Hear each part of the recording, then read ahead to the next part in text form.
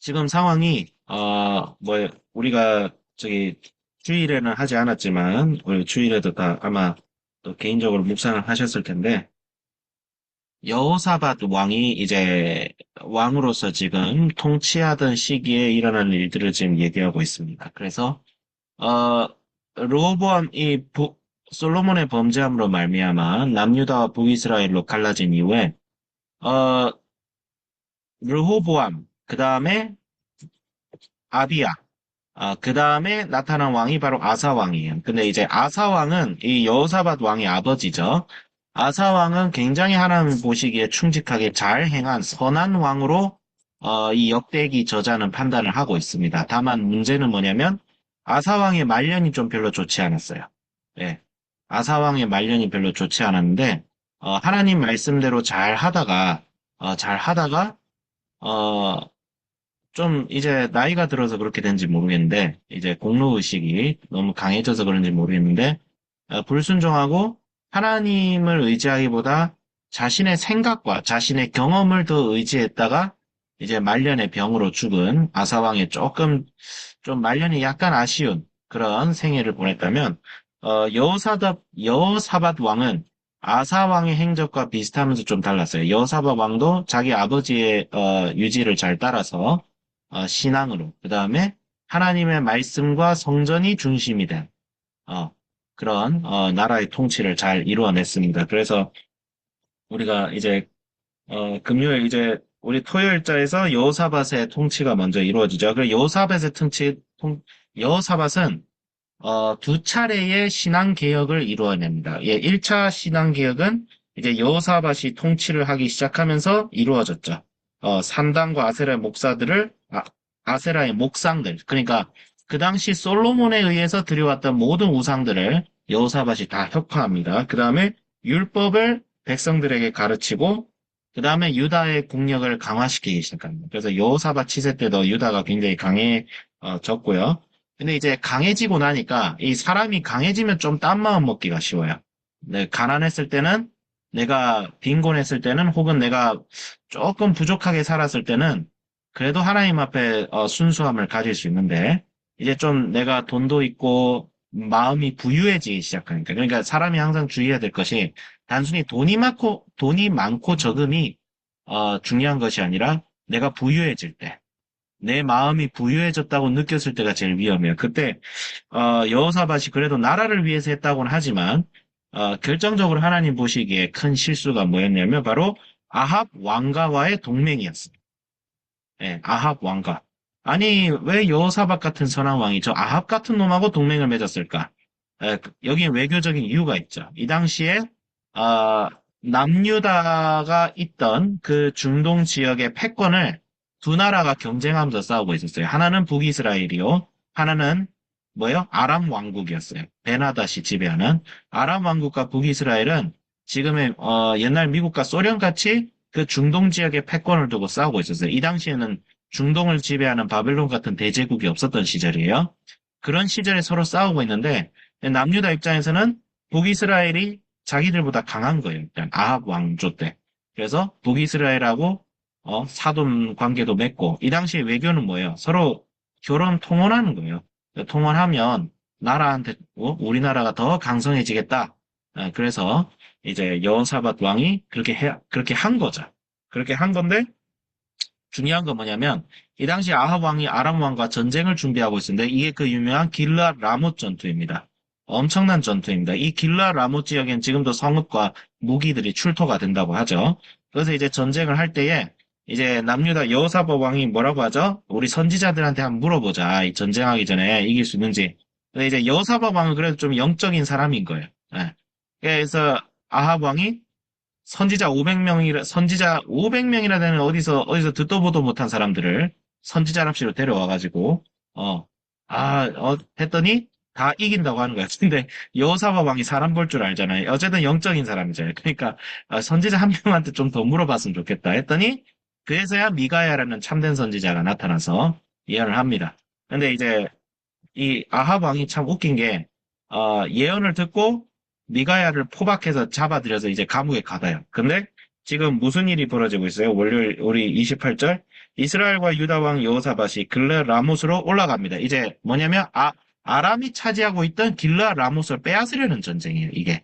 이게 북이스라엘과 남유다 동맹군이 아람 왕에게 이제 쳐들어가는 거예요, 아람 국가로. 근데 중요한 건 뭐냐면, 이스라엘 왕이 여호사밧에게 이르되 나는 변장하고 전쟁터로 들어가려 하노니 당신은 왕복을 입으소서 하고. 이게 너무 이상하지 않아요? 이게 전쟁의 장수가 변장을 하겠대요. 원래 왕은 전쟁터에서 자기 리더십을 드러내야 되거든요. 근데 아니 왜 이렇게 했을까? 미가야의 예언이 신경이 쓰였던 거예요. 아합 왕도. 어. 그럼 신경이 쓰였으면 좀 말을 들어야 되는데 말 안 듣죠. 예. 하나님의 말씀에 따르면 명백히 자기가 잘못했다는 그 양심이 분명히 작동을 하고 있어요. 작동을 하고 있는데 어떻게 해요? 자기가 변장하면 하나님께서 나에게 주시는 재앙을 피할 수 있을 거라는 얼토당토 안 되는 일을 하면서 여호사밧에게는 왕복을 입어라. 나 대신 죽어라. 약간 그런 느낌으로 하고 있는 이 아합 왕이 참 얼토당토 않는 행동을 하고 있습니다. 근데 아람 왕이 이제 전쟁을 하면서 아람 왕은 딱 목표가 하나예요. 이스라엘 왕을 잡는 거거든요. 왜냐하면 아합 왕이 지금 이 동맹군의 수장이란 말이에요. 예.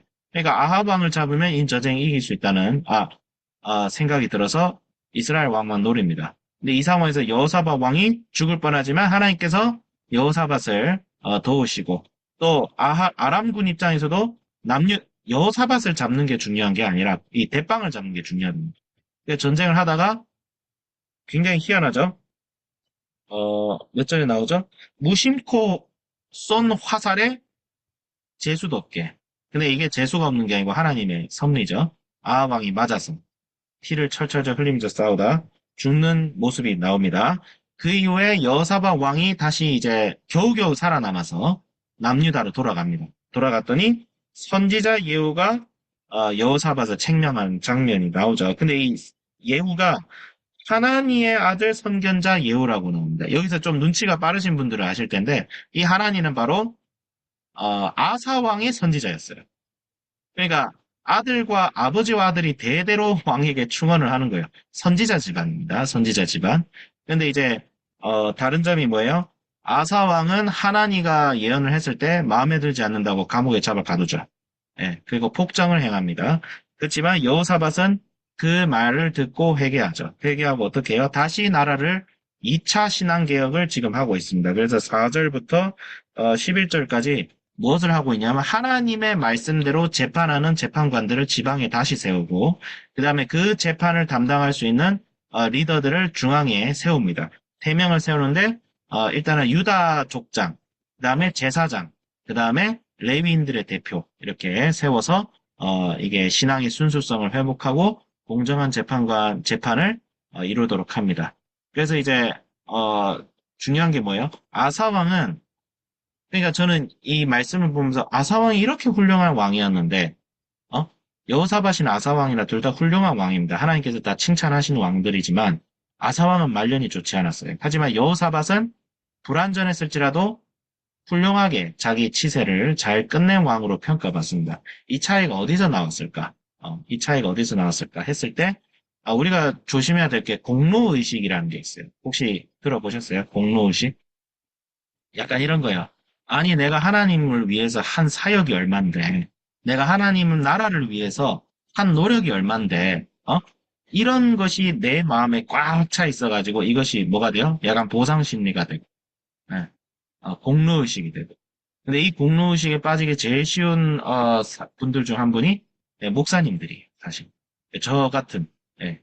근데 이 공로의식에 계속 빠지면 어떻게 되냐면 나중에 되면 이게 누적이 되다 보면 어떻게 돼요? 이제 막 요구하기 시작하고 이제 첫 마음을 잃어버리기 시작하죠. 빌 브라이트 목사님이 첫사랑을 기억하라 이 책을 쓰셨잖아요. 돌아가시 직전에. 빌 브라이트 목사님은 이 공로의식을 돌아가실 때까지 주의하셨던 거예요. 내가 무엇을 위해서 사역했는가?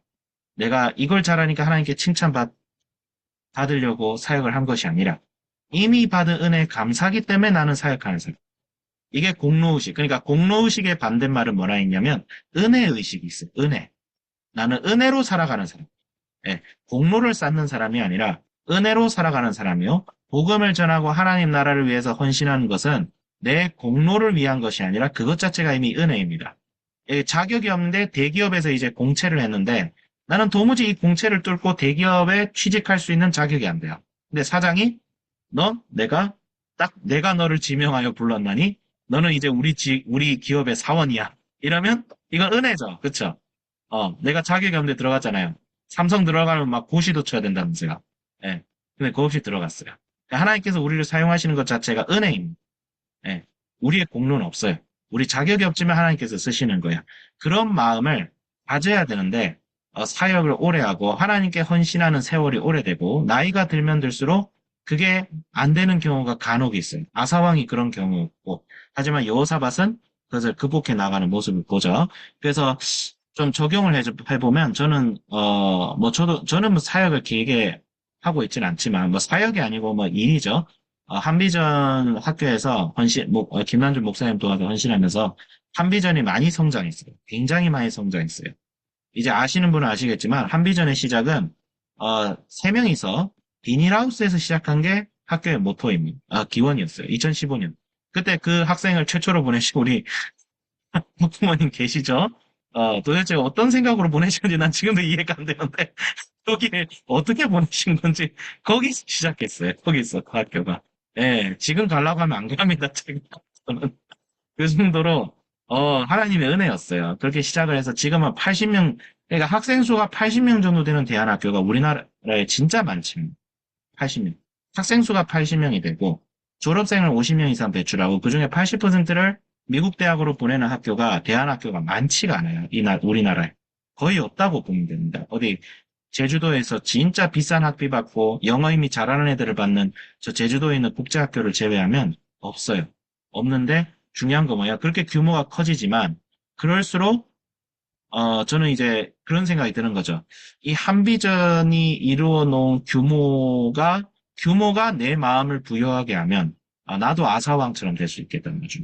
그런 생각이 막 드는 거예요. 그러면서 한비전은 왜 존재합니까? 하나님께서 한비전에 은혜를 주셔서 이 한비전을 사용하고 계시는 거고 무엇을 위해서 사용하는가?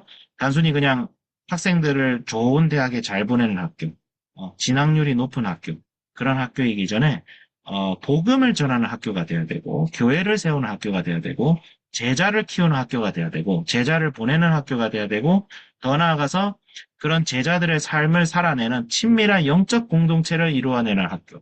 그 다음에 이 한비전과 우리 한비전 주사람 교회 모든 영적 구성원들, 교사, 학부모, 학생들 모두가 하나님 앞에서 그 영적인 돌봄과 하나님 앞에서의 친밀한 교제와 서로가 서로를 돌보는 그런 우리 대천도 시부 예수원이 주장했던 그런 공동체가 되는 것이 본질이 돼야 돼요. 교육은 그것을 위한 수단입니다. 그런데 그것을 망각하지 않을 수 있도록 오늘 아사왕이 그래서 아사왕이 보여줬던 그 실수를 반복하지 않고 여호사밧 왕처럼 다시 돌아가는, 그러니까 죄를 지어서 망하는 게 아니라 죄를 회개하지 않아서 망하는 거죠. 그래서 여호사밧 왕처럼 겸손하게 다시 말씀으로 돌아가는, 내가 좀 어긋났다 싶으면 다시 복음으로 돌아갈 수 있는 그런 제가 되어야겠다라고 적용해 보겠습니다. 기도하겠습니다. 하나님 아버지 주여 감사합니다. 여호사밧 왕처럼 아사 왕처럼 아무리 주님 앞에 훌륭한 종이라 할지라도 실수할 수 있습니다. 넘어질 수 있습니다. 그랬을 때 내 마음이 부요하여서 하나님의 말씀을 거부하는 자가 되지 않게 하여 주시고 벼가 익으면 익을수록 고개를 숙인다고 하였습니다. 하나님 아버지 앞에 살아가면 살아갈수록 내 마음에 쌓이는 것이 공로의식이 아니라 은혜의식이 되게 하여 주시고 모든 것이 결국 은혜였구나. 내가 이곳에 살아감도 은혜요, 죽어감도 은혜요, 복음을 전하는 것도 은혜요. 하나님 주님 나라를 위해서 헌신하는 것 자체는 은혜였구나 라는 생각을 가지고 한비전 공동체가 더욱 은혜에 사로잡힌 공동체가 되게 하여 주시옵소서. 감사드리며 우리 주 예수 그리스도 이름으로 기도드립니다. 아멘.